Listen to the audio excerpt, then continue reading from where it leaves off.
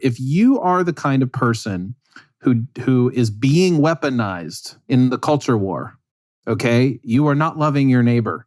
Okay, you are being used as a weapon by power elites, by the CRT elites, whatever we want to call them.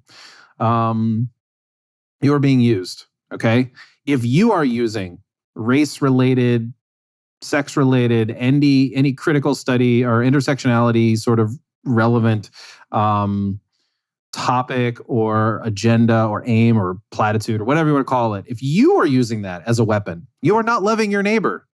Okay? Loving your neighbor means putting down your weapons and loving your neighbor. Okay? So at the very start, we need to call people out on being weaponized or using something as a weapon that should not be weaponized. So if someone tells you or me that we just have no business talking about this, which, for me, by the way, I have a decent amount of good things to say about critical race theory. And if you listen to my interview with Phil Magnus recently on our podcast, you'll kind of get that sense. Like there's good things to say about critical race theory. The problem is, of course, like we talked about earlier, is the solutions that come along with them or the assumptions behind the reasons why those things exist. No one's questioning that there's economic disparity. Nobody's questioning that there are, libertarians of all people know that we need criminal justice reform. I read a book last year giving critical race theory sort of a fair shake by reading one of the two authors, Richard Delgado and Stephanie, actually, I can't remember the last name. Stefanczyk is the last name, but I can't remember the first name of the woman. Called Critical Race Theory. It was like an introduction. It's like a 100-page book. It's not very long. It's by two people who are in the movement, so it's not like two white guys writing about it, right?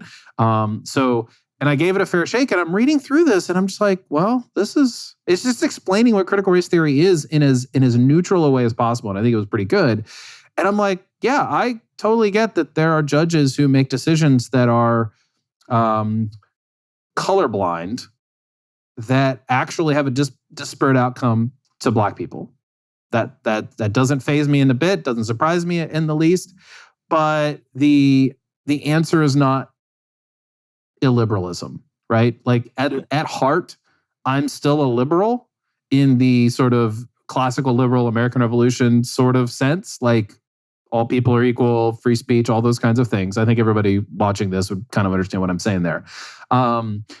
Liberalism is going to work far better than whatever critical race theory has up its sleeve as agenda items, because it's based and grounded in reality. It's based and grounded in principles that are moral and treats other people with dignity.